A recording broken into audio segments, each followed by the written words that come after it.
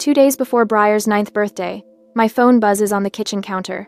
I'm elbow deep in dishwater, scrubbing dried macaroni off a pot, when Corinne's text lights up the screen. Money is tight, and the truck is acting up. We can't make the drive. Tell Briar we're sorry. I dry my hands on a towel that's more holes than fabric and read it again. The truck, the Ford F-150 I bought in my name, that I pay for every month, that Thad drives like he earned it.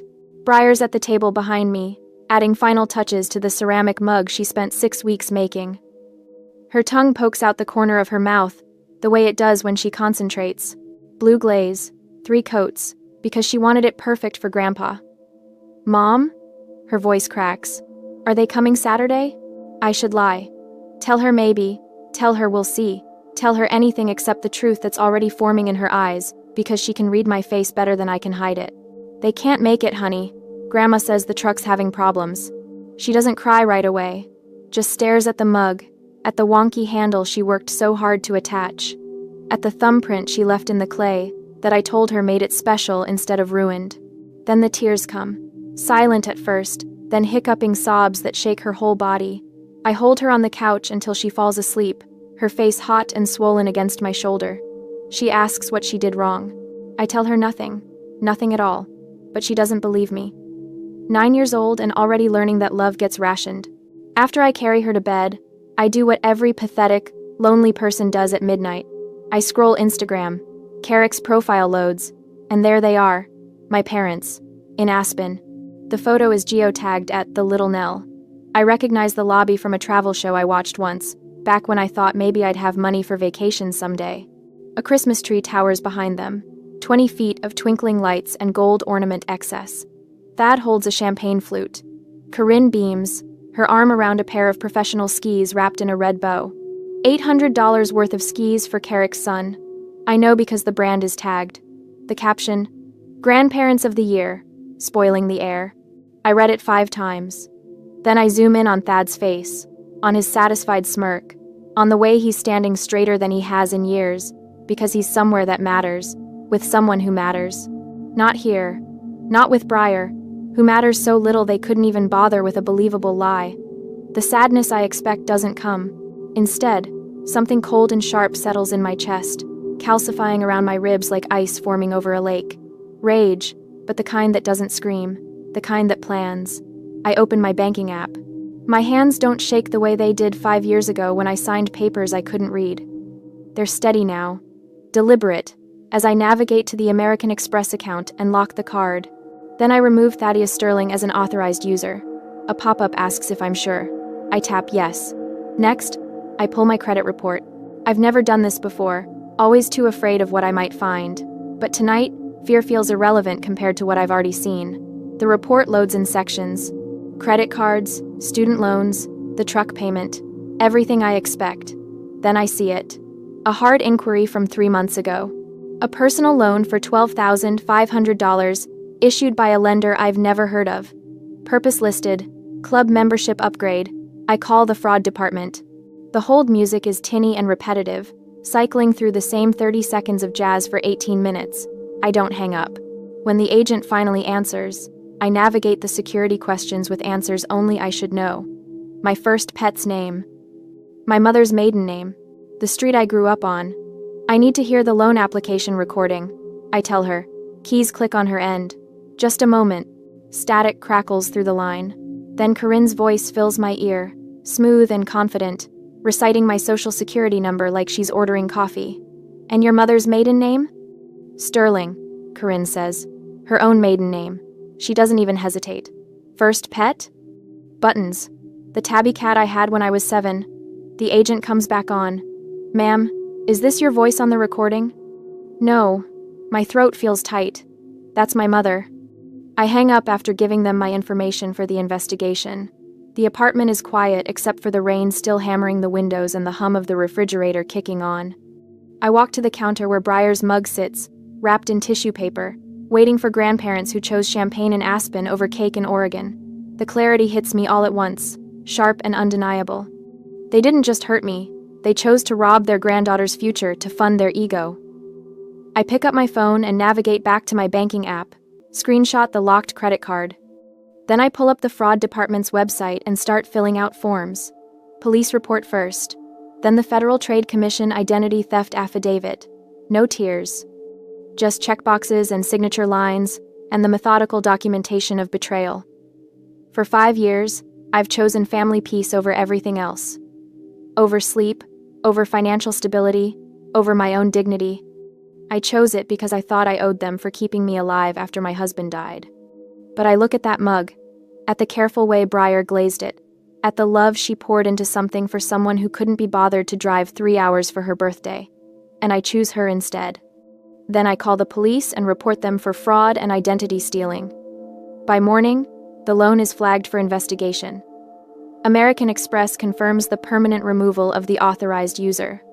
I filed a police report online, my coffee going cold beside the keyboard as I type out every detail I can remember. I leave the mug on the counter, the tissue paper loose around it. They're still in Aspen, probably sleeping off expensive wine, unaware that the ATM of Adeline just shut down permanently. The American Express declines at 11:43 on Saturday morning, Mountain Time. I'm scrubbing dried oatmeal off Breyer's breakfast bowl when my phone starts vibrating across the counter like something possessed. Aunt Maura calls first. I stare at her name on the screen, remembering the last time we spoke. She'd lectured me about gratitude for 20 minutes after I mentioned I couldn't afford Breyer's field trip because the monthly payment to my parents had cleared early. I answer. Your father is in a panic. Maura's voice cuts through before I say hello. His card isn't working. He has high blood pressure, Adeline. If he has a stroke in that lobby, that's on you. The oatmeal bowl slips, catches on the edge of the sink. I steady it with fingers that remember signing loan documents while grief hollowed me out. I locked the card, I say. You what? I removed him as an authorized user. The card is mine. Silence. Then, after everything they've done for you, after they saved you when... I hang up. The phone buzzes again immediately. Carrick this time, calling from Aspen where she's supposed to be having money troubles. Dad is making a scene in the lobby. Her voice is tight, embarrassed. You're ruining my spa weekend. Whatever this is about, fix it. Through the phone, I hear Thad's voice in the background, loud enough that other guests must be watching. Something about ungrateful daughters and financial abuse. No, I say. Excuse me? I said no. I'm not fixing anything. Carrick inhales sharp. You're being selfish. This is so typical of you, always making everything about... I hang up again. My phone vibrates with a voicemail. Corinne's voice trembles through the speaker when I play it back. How could you embarrass us like this after everything we've done? We raised you better than this. We're your parents, Adeline. Your parents. I delete it. Then I look at the ceramic mug still sitting on the counter. Breyer's thumbprint visible in the blue glaze, uneven and perfect. She'd worked on it every Tuesday after school for 6 weeks. Asked me 3 times if Grandpa would really like it, if the color was right, if the handle was strong enough. I pick up my phone again. Block Maura. The screen asks if I'm sure. I tap yes. Block Carrick. Same question. Yes. Block Corinne. My finger hovers. She's my mother. The woman who took my phone at the funeral and promised she was helping. The woman whose voice I heard on that loan recording, smooth and practiced, reciting my social security number like she'd memorized it for exactly this purpose. Yes. Each block feels like setting down weight I didn't know I'd been carrying. My shoulders drop half an inch. I leave Thad unblocked. I need him to come to me, need him to show up furious and demanding, need him to step onto my property where Mike's tow truck can do its work. The phone stays quiet for the rest of Saturday. Breyer asks why I'm smiling, and I tell her I'm just happy. She accepts this, returns to her coloring book, her legs swinging under the kitchen table. Sunday morning, I pull the file cabinet open. The drawer sticks like it always does, and I have to yank it twice before it slides free. Inside, buried under 5 years of tax returns and medical bills and design contracts, I find the vehicle paperwork. Ford F-150. Purchased, not leased. Title in my name. Adeline Marie Richardson, sole owner. Thad drives it like it belongs to him. Parks it in the country club lot where his golf buddies can see it. Complains about the gas mileage. Texts me when it needs an oil change like I'm his personal mechanic. But it's mine. I photograph every page. The purchase agreement, the title, the insurance documents listing me as the primary. I save them to 3 different folders on my phone, email them to myself, print copies that I slide into the manila envelope with the police report and the FTC affidavit. Then I search private property impound laws Oregon and read for 2 hours. Mike Kowalski answers on the 3rd ring. His voice is gravel and cigarettes, familiar from the one time he towed my neighbor's abandoned sedan last spring.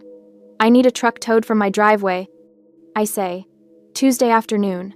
But the driver is going to be standing right there and he's going to argue. Mike is quiet for 3 seconds. Then, "It your truck?" Title's in my name. Then I don't care who argues. What time? 2 o'clock. Maybe 3. I'll text you when they arrive. $50 for the tow. $95 a day storage after that. Perfect. He hangs up without saying goodbye. I add his number to my favorites. Monday afternoon, Breyer finds me in the kitchen organizing the evidence into labeled folders. Police report. FTC affidavit. Vehicle title. Loan recording request confirmation. She stands in the doorway in her school uniform, backpack still on. Why aren't Grandma and Grandpa calling about my birthday? I kneel, eye level with her. She's 9 years old and already knows how to brace for disappointment. I taught her that by example, by letting her watch me flinch every time my phone rang. They hurt our feelings, I say. They made some bad choices. We're taking space to be safe. Her face clears like weather. Oh, I thought I did something wrong. My throat closes. No, baby, you didn't do anything wrong. Okay. She drops her backpack. Can we make hot chocolate? We make it with real cocoa powder and too many marshmallows, and she tells me about the art project at school, how Mrs. Patterson said her shading technique is improving. The ceramic mug watches from the counter, and halfway through Breyer's story, I pick it up. This is beautiful, I say, but I think we should donate it to someone who'll appreciate it more. Breyer looks at the mug. Looks at me. Grandpa won't like it anyway. He never likes my stuff. She says it matter of fact, without tears. Like she's known it all along and was just waiting for me to catch up. I put the mug in the donation box. Cover it with newspaper so we don't have to look at it anymore. Sunday night, my phone lights up with a text from an unknown number. I know it's Thad before I even read it. We need to talk about this misunderstanding. Family doesn't call police. I type back. Family doesn't commit fraud. See you Tuesday. 3 dots appear. Disappear. Appear again. Then nothing. I text Mike. They land Tuesday afternoon. I'll confirm the time tomorrow. He sends back a thumbs up. I organize the evidence one more time. Police report on top, then the FTC affidavit, then the vehicle title with my name highlighted in yellow, then the loan company's confirmation that they're investigating the fraud claim. Everything fits in the manila envelope, crisp and irrefutable. Breyer is asleep on the couch, her homework finished early for once, her breathing steady. The house is quiet except for the rain starting up again outside, tapping against the windows like it's asking permission to enter. I don't give it. Tuesday. 2 in the afternoon. I watch from behind my curtain as Thad's rental sedan screeches into the driveway, spraying gravel. Corinne practically falls out of the passenger side before the car stops moving. Her face is blotchy, makeup smeared. Thad's complexion has gone past red into something closer to eggplant. My phone sits on the counter, Mike's number already queued. 1 word. That's all it takes. Thad storms up the walkway like a man who's never been told no in his entire 65 years. His dress shoes slip on the wet pavement. He catches himself on the porch railing, then pounds on my door hard enough to rattle the frame. Open up! We need to settle this now. His voice cracks on the last word. I can hear Corinne behind him, a high whine about humiliation and family loyalty, and how could I do this to them in front of Carrick's in-laws? I text Mike. Now. The sound starts low. A diesel engine rumbling to life 2 houses down. Then the hydraulic whine of the lift bed adjusting. Then the unmistakable beep beep beep of a truck backing up. Thad's pounding falters. He turns. Mike Kowalski's tow truck rolls into my driveway with the inevitability of a glacier. No hurry, no drama. Just a workingman doing a job, chains rattling against metal, work boots crunching on gravel. I watch Thad's face cycle through confusion, recognition, then something close to panic. What the hell is this? He spins back toward my door. Adeline, what did you do? Mike cuts the engine. The silence feels louder than the pounding. He climbs down from the cab, clipboard in hand, moving with the unhurried efficiency of someone who's repossessed 100 vehicles and doesn't particularly care about the story behind number 101. Thad lurches toward him. "Get that truck out of here! This is private property!" Mike doesn't even look up from his clipboard. Owner requested the vehicle be impounded. That would be Adeline Richardson, sole owner, no cosigner. "You got documentation saying otherwise. I'll wait while you get it." He won't wait. We both know it. Thad's mouth opens and closes. I can see him doing the math, running through every manipulation tactic in his arsenal, trying to find the angle that turns this around. The problem is simple. I own the Ford F-150, not him. Never him. Just because he's been driving it for 2 years doesn't make it his. Mike crouches beside the truck, hooking chains under the front axle with practiced movements. The metallic clang echoes across the street. I notice Mrs. Patterson on her porch, 3 houses down, phone raised, recording. Mr. Chen, from across the street, has come outside, arms crossed. The Hendersons are visible through their front window. An audience. Perfect. Corinne grabs Thad's arm, her whisper carrying across the yard. The neighbors are watching. Stop making a scene. The irony would be funny if my heart wasn't hammering. I open the door. The hinges creak. Thad whips around so fast he nearly trips over his own feet. His face does something complicated when he sees me standing there, calm, manila envelope tucked under my arm. "You." He points at me like I'm a misbehaving child. "You locked my credit card. You're stealing my truck. Have you lost your mind?" I step onto the porch. The rain has stopped, but everything still drips. Water runs off the gutters, patters onto the walkway, soaks into the dirt that used to be grass before I stopped being able to afford landscaping. "Your credit card." I let the words sit there. "Your truck." We're family. That means we share. Sharing requires permission. My voice comes out steadier than I expected, loud enough for Mrs. Patterson's recording. Clear enough that there's no ambiguity. "You forged my signature for a $12,500 loan to pay for a golf membership." Corinne's face goes white. Thad's goes purple again. "That was a temporary loan. A misunderstanding. I meant to tell you. Meant to pay it back. I just needed." "You committed identity theft." I pull the manila envelope from under my arm, open it slowly. I filed a police report, Friday, March 15th, case number 2024-7743. I filed a Federal Trade Commission identity theft affidavit. I hold up the certified mail receipt. I mailed copies to the Clackamas County District Attorney yesterday. The investigation is open. The color drains from Thad's face so fast I think he might actually faint. Behind him, Mike releases the parking brake. The truck lurches as the tow bed begins to lift. The front wheels come off the ground with a groan of suspension and hydraulics.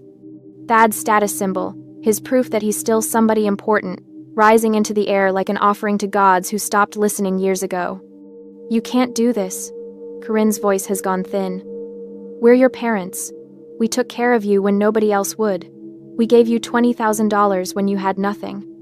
You gave me a loan with interest. I paid back $26,000 over 3 years. I don't raise my voice. Don't need to. Then I paid you $14,400 more over the last 12 months. That's $40,400 total, for a $20,000 loan you forced on me while I was grieving." Math. Cold, hard numbers.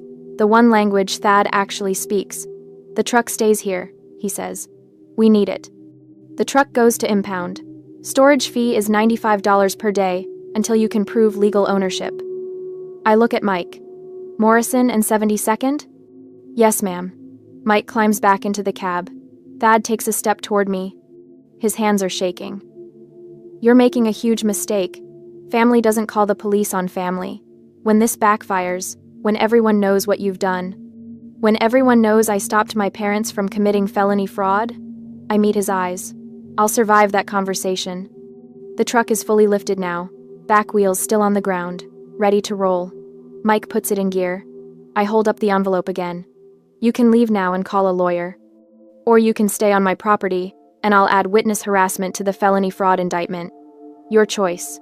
You have 30 seconds."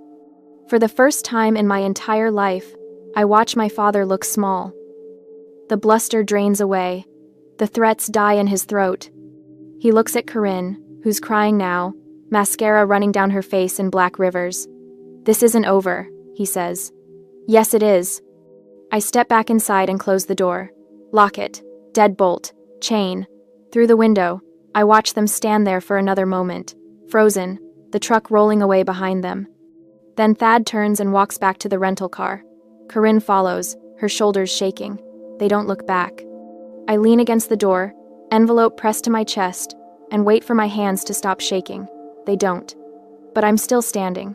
2 days later, the letter arrives on thick cream paper, the kind attorneys use when they want you to know you're being threatened by someone important. I turn it over in my hands, noting the embossed return address. Mitchell and Howe, family law specialists. Inside, 3 paragraphs of legal language boil down to this: return the truck within 5 business days or face a lawsuit for elder abuse and theft of property. I read it twice. Then I laugh, a sound that scrapes my throat raw. Briar looks up from her math homework. "Mom?" "Nothing, honey. Just grown-up nonsense." The voicemail from Aunt Maura comes an hour later. I play it on speaker while washing dinner dishes, Briar safely upstairs. "Your mother is in the hospital." Maura's voice trembles with practiced distress. Stress-induced chest pains. "The doctors say it's from emotional trauma. You did this, Adeline. You put your own mother in the hospital because you couldn't be the bigger person and just give them back their truck." Their truck, the Ford F-150 titled solely in my name, paid off with my bank account, insured under my policy. I grip the edge of the sink. My reflection wavers in the window above the faucet. For a second, I see myself at 29, nodding while Corinne took my phone, agreeing when Thad sold my husband's car for half its value. The girl who believed being taken care of meant being controlled. The conditioning runs deeper than bone. It lives in the space between heartbeats, whispering that I'm ungrateful, that I'm cruel, that family forgives. I delete the voicemail. My hand shakes anyway. Rachel finds me the next morning at the coffee shop where we meet every Thursday. I slide into the booth across from her, and she takes one look at my face. "What happened?" I show her the letter. Then I play Maura's voicemail, the one I saved in a moment of weakness at 3 a.m. Rachel's expression hardens. "They stole your identity. They committed fraud. They are not the victims here." But what if she really is in the hospital? Then she's experiencing the consequences of her own choices. Rachel reaches across the table, grips my wrist. "Adeline, they forged loan documents in your name. That's a felony. You didn't put her anywhere. She put herself there." The words land like river stones, solid and cold. I find Jonathan Pierce through a consumer protection forum online. His office occupies the 2nd floor of a converted warehouse in downtown Portland, all exposed brick and industrial lighting. He's younger than I expected, maybe 40, with silver already threading through dark hair. I spread the evidence across his desk: the police report, the FTC affidavit, the loan application recording with Corinne's voice reciting my social security number, the American Express statements showing 4 years of unauthorized charges, totaling $6,000 for cigars, country club lunches, leather goods my father didn't need, the vehicle title for the Ford F-150, my signature alone on the ownership line. Jonathan reviews each page in silence. When he finally looks up, his expression is granite. "We aren't defending against their threats," he says. "We're prosecuting." The word prosecution hits different than defense. It tastes like power instead of fear. Can we actually do that? You have documented fraud, identity theft, and financial exploitation. The question isn't can we, it's how hard do you want to hit? I think of Briar crying herself to sleep while they toasted champagne in Aspen. As hard as the law allows. Jonathan drafts the demand letter over the next 3 days. He reads it to me over the phone before sending. Full restitution of $12,500 for the fraudulent loan, plus $6,000 for unauthorized credit card charges. Total, $18,500. Payment due within 30 days, or criminal charges proceed immediately. "What about the truck?" I ask. "Already handled. You sold it to a dealership yesterday for $22,000. You applied $8,000 from the sale toward their debt, reducing what they owe you in cash. The rest covered legal fees, and I've wired the surplus to your savings account." I sold the truck. Past tense. something I didn't know I'd done until Jonathan arranged it, explaining that since I owned it outright, I could dispose of it however I wanted. They'll need to buy their own vehicle now. With what money? I don't know. Don't care. I'm also sending copies of all evidence to the district attorney's office and to Thaddeus Sterling's estate attorney. If they don't settle, prosecution moves forward on multiple felony counts.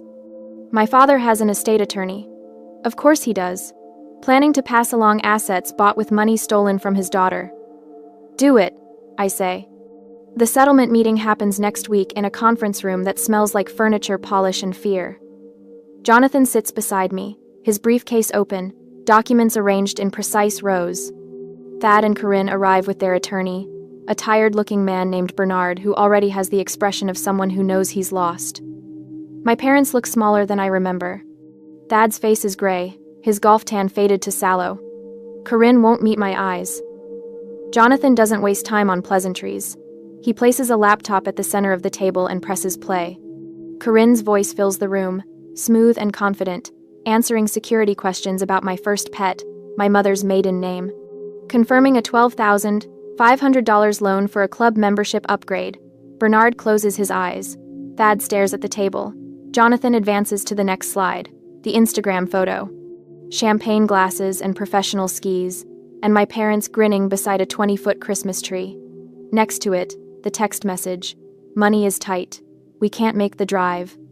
"Your granddaughter cried herself to sleep that night," Jonathan says, his voice clinical. "While you were in Aspen spending money you stole from her mother." Bernard leans close to Thad, whispers urgent words I can't hear. Thad's hand trembles as he reaches for the pen. The settlement agreement is 4 pages long. Thad signs each one, his signature nothing like the bold scrawl I remember from birthday cards. Bernard explains the terms quietly. They have 30 days to liquidate assets. The house goes on the market Monday. They're moving to a rental across town, something they can afford on Social Security alone. Corinne finally looks at me. Her eyes are wet. "We're your parents. How can you do this to us?" The answer rises swift and clean. "How could you do it first?" I stand. Jonathan gathers the signed documents, slides them into his briefcase with the satisfied click of latches closing.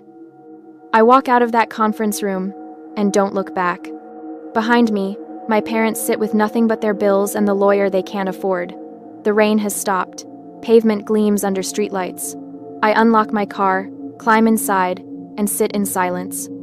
Then I drive home to Briar, who's waiting with her homework spread across the kitchen table, who trusts me to keep her safe. I kept her safe. 1 year later, I stand in our new apartment in Portland, watching late afternoon sun turn the hardwood floors gold. The place is smaller than the old house, but it breathes differently. No shadows collecting in corners, no driveway where trucks used to idle. Briar's 10th birthday party fills the living room with noise I never knew I craved. 7 kids from her new school sprawl across the rug, laughing at something on someone's phone. Rachel leans against the kitchen counter, cutting cake, catching my eye with a grin that says she remembers when I couldn't imagine this. My design business pulled in $43,000 last year. Not remarkable, except I'm not bleeding $1,200 a month anymore to people who called it love. The fraudulent loan vanished from my credit report after the FTC affidavit processed. Clean slate. I didn't know what that felt like until 3 months ago when I checked and saw my score had jumped 140 points. The doorbell rings. My body freezes for half a second. Old wiring, still sparking. My hand reaches for the knob, and I notice the tremor is barely there now, fading. I open the door to a delivery guy holding 24 balloons, silver and purple, Briar's favorite colors. The card reads, "For the girl who deserves all the celebrations, love, Rachel." I carry them inside, and Briar shrieks, actually shrieks, in a way she never did at the old house where volume meant risk. She doesn't ask why her grandparents didn't send anything. Hasn't asked in months. Last time she mentioned them, she said, "They're in timeout for being mean, right?" I'd nodded. "That's right." "Okay," she'd said, and went back to her homework. Simple as that.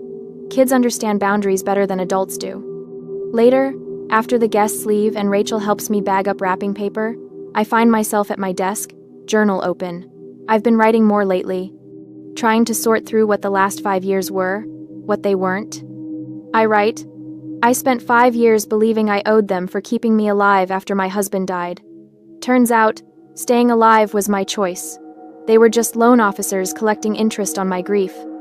I stare at that line, read it twice, then I write beneath it. The door I locked wasn't to keep me in, it was to let us out. Briar appears beside me, clay dust on her cheek. Mom, we're gonna be late. Right, pottery class. The studio we signed up for last month. The one with the big windows and the teacher who doesn't mind when Briar's bowls come out lopsided. We drive across town, and I don't think about the settlement or the lawyers, or the size of the house my parents had to sell. Don't think about Corinne's last voicemail, the one I deleted without listening to. Jonathan said the no contact order is holding. $10,000 per violation. They haven't tested it. At the studio, sunlight pours through windows streaked with old rain, catching every dust mote floating between the wheels. Briar settles at her station, hands already reaching for wet clay. She's been working on a bowl for 3 weeks, shaping and reshaping until it feels right. She holds it up now, uneven and perfect, glazed the color of sea glass. For us? She asks. For us, I say. The teacher offers to take our photo. We stand together, clay smeared on our shirts, dust in our hair, Briar's bowl held between us like an offering. We're both grinning, real and unguarded. Back home, I print the photo and stick it on the fridge with a magnet. It covers the space where the old family portrait used to hang, the one I donated months ago along with a ceramic mug wrapped in tissue paper. Briar comes up beside me, studying the new photo. We look happy, she says. We are, I tell her. And for the first time in 5 years, I'm not lying.